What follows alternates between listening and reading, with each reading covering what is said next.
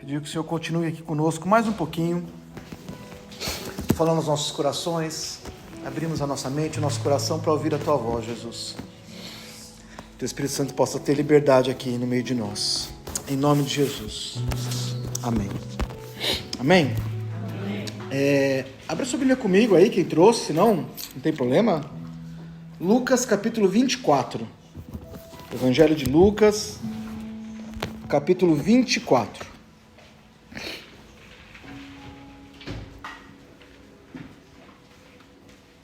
Enquanto vocês vão procurando aí. Hoje é um dia bastante especial, né?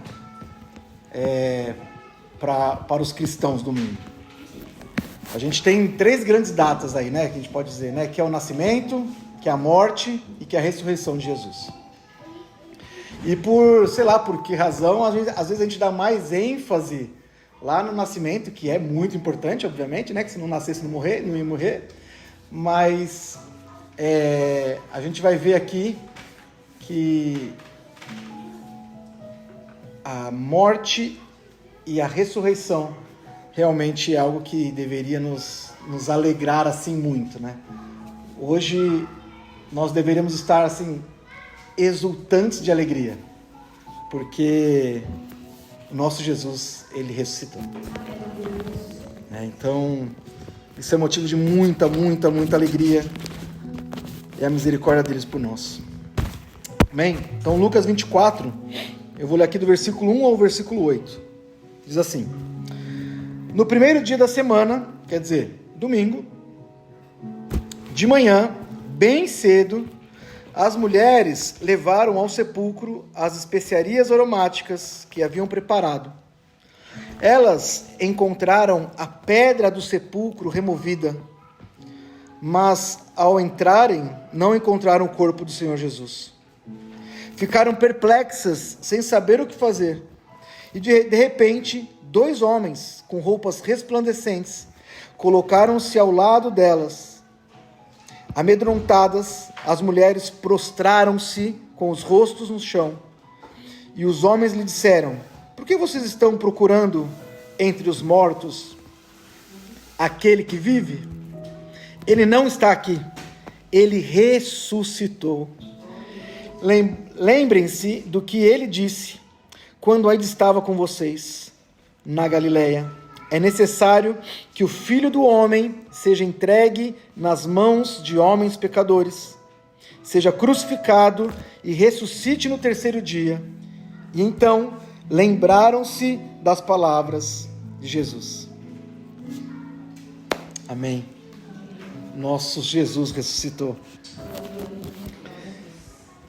Hoje, como eu falei, é um dia bastante especial. Eu queria falar um pouquinho sobre a Páscoa, né? A gente, obviamente,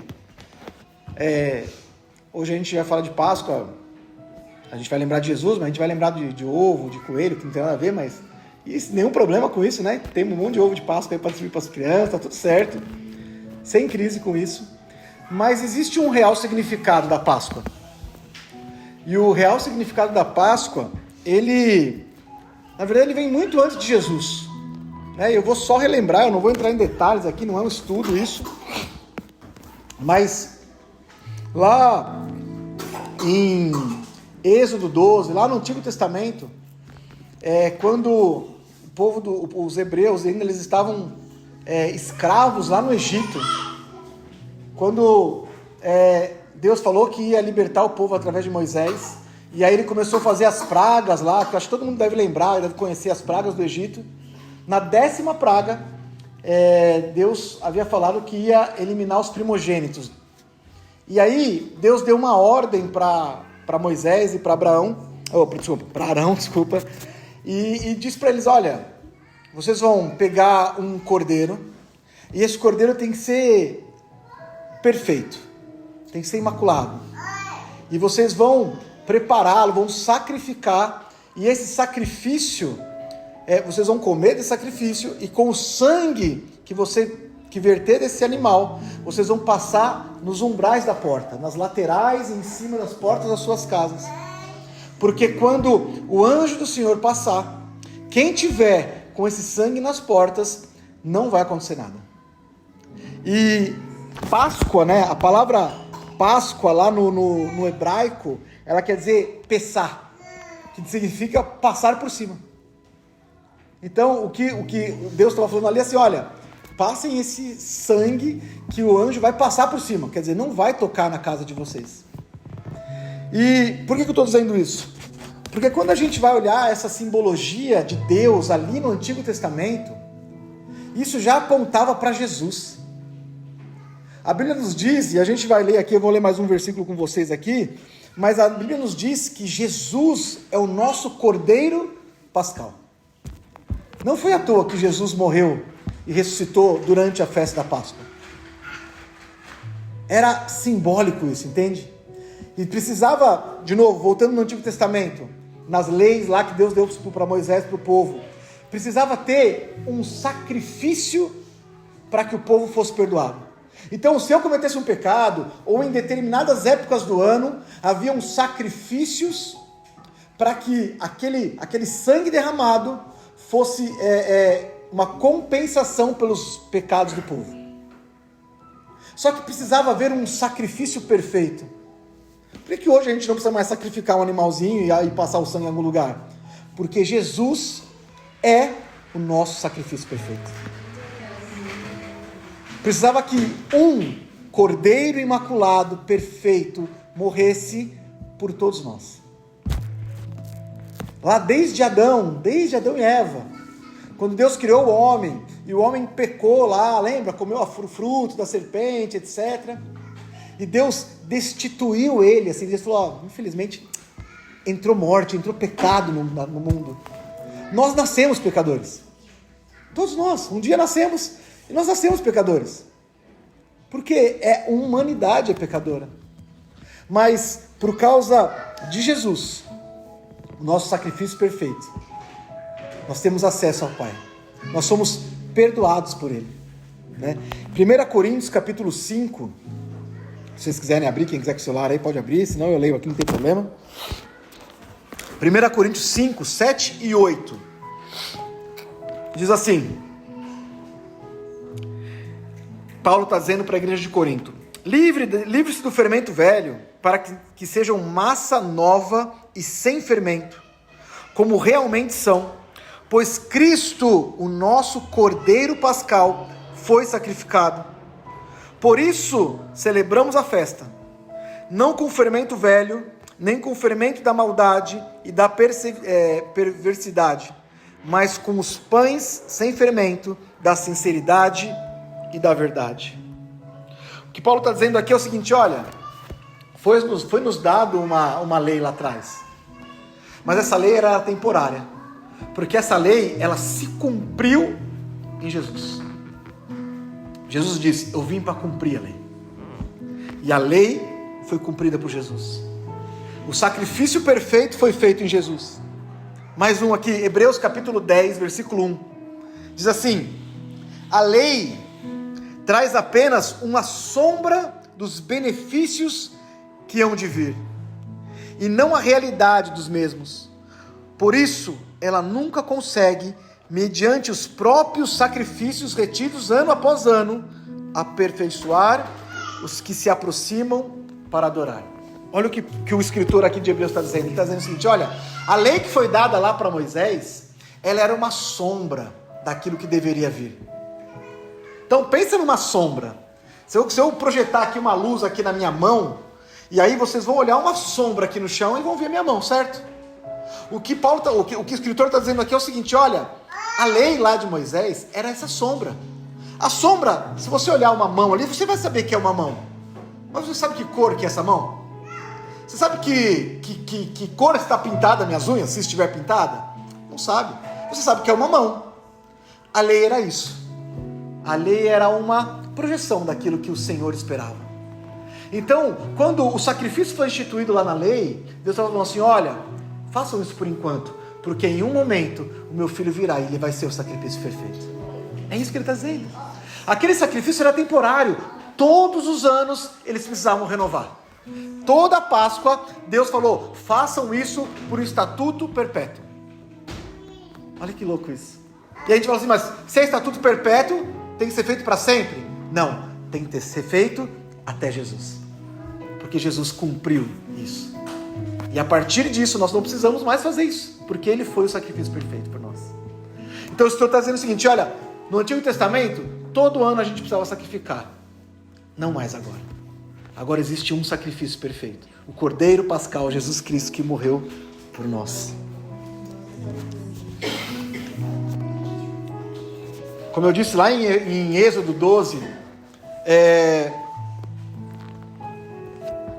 o ato dessa Páscoa, da festa da Páscoa lá para os hebreus, foi para quê? Para que eles saíssem da escravidão do Egito e entrassem numa terra prometida. Não foi isso? Então Deus falou assim, olha, vocês vão sair dessa terra hoje. Então, comam, bebam e saiam. Fiquem prontos porque eu vou libertar vocês do Egito. E quando a gente vai ler lá em Apocalipse, capítulo 12 agora, nós vamos ver que nós estamos guardados e protegidos pelo sangue de Jesus. Entende o paralelo? O povo lá foi o Cordeiro. Para nós aqui, através da nova aliança de Jesus Cristo, nós estamos guardados e somos remidos, protegidos pelo sangue do Cordeiro que foi derramado naquela cruz. Mas isso é o que é, né? Jesus, isso é a Páscoa.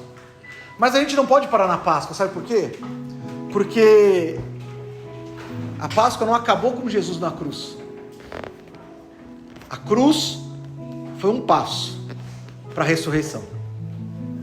Muitas vezes a gente para e continua vendo Jesus pregado naquela cruz.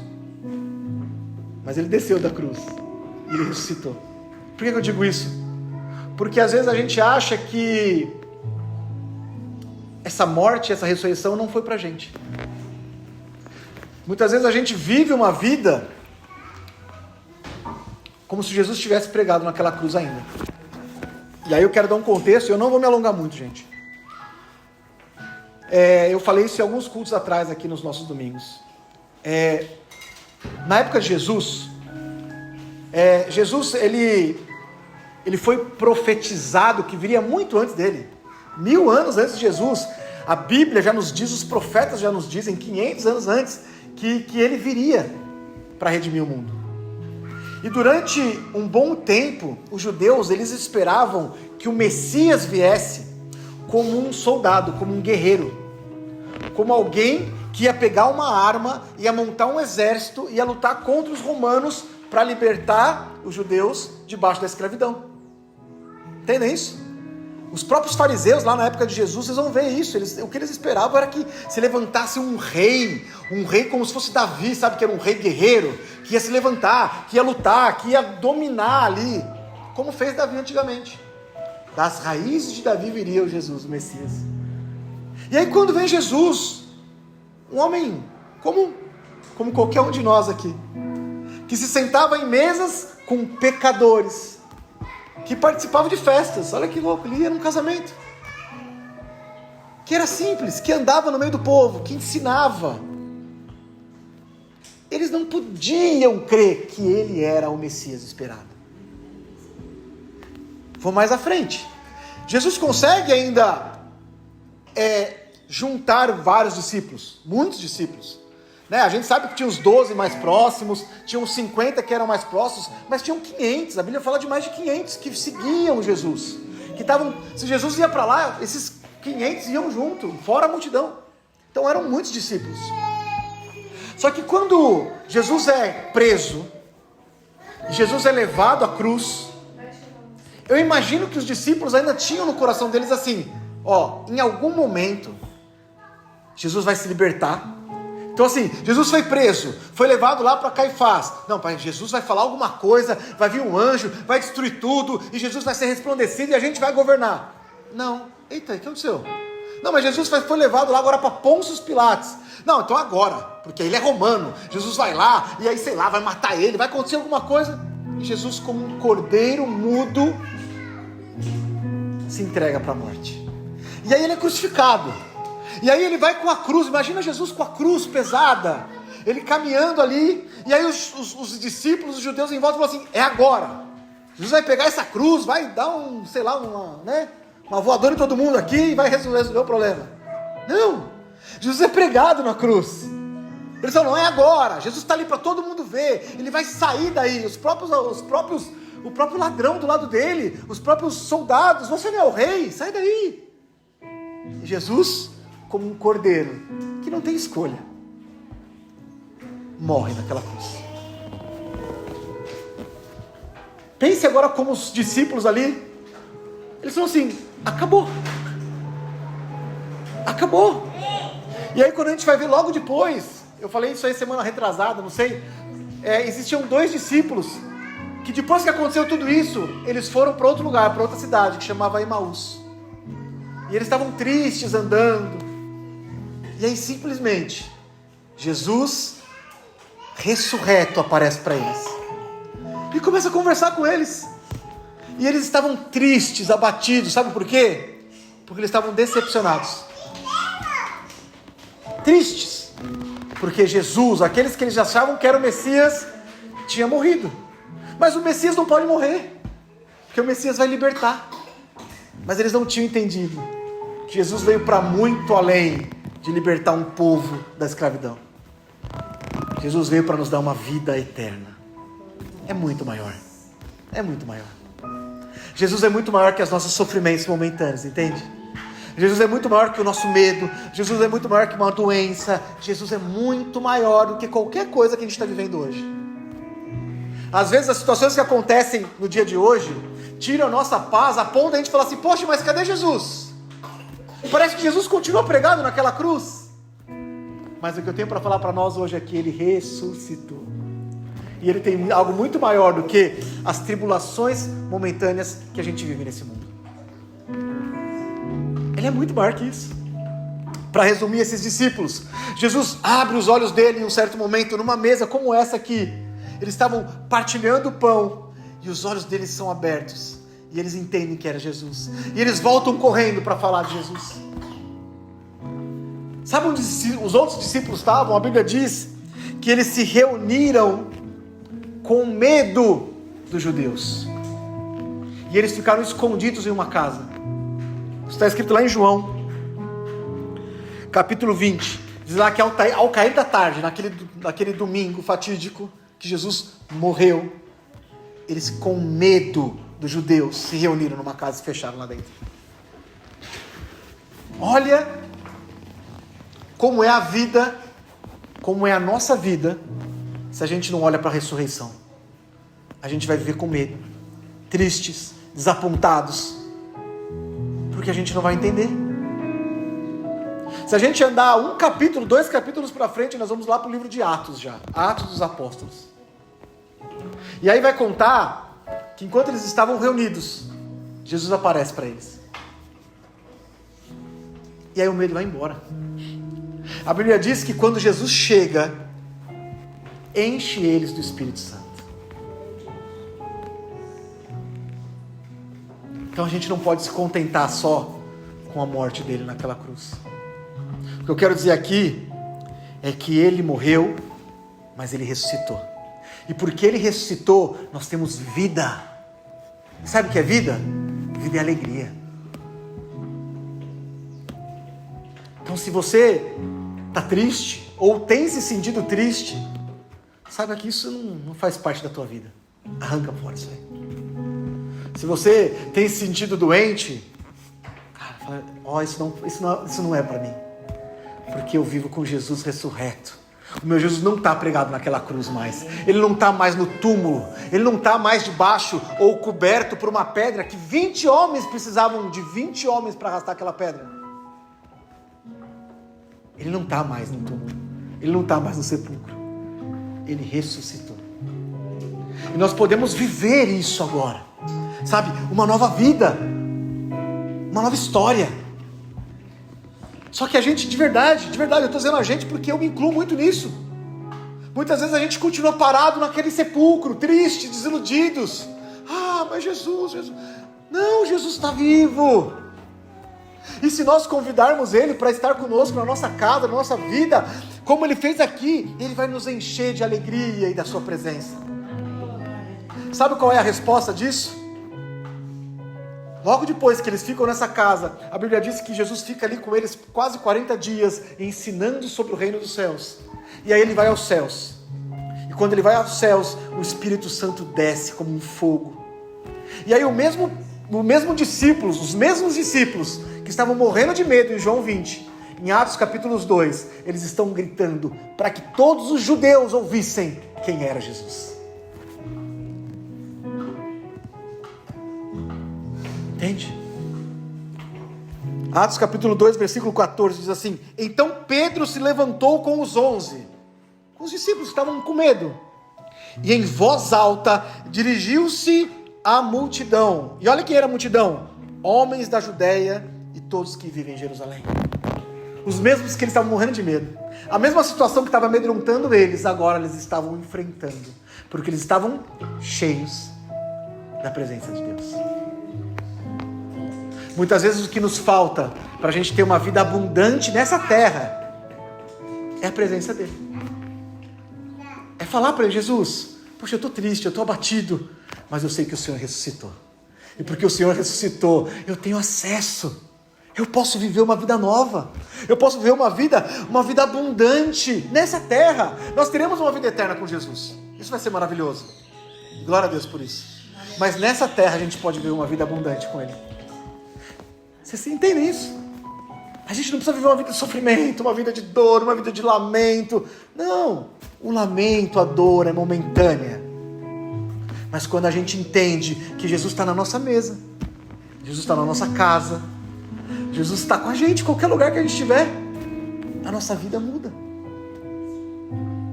E esse é o recado de Deus para nós essa manhã aqui. Ele ressuscitou. E porque Ele ressuscitou, nós temos vida. E vida em abundância.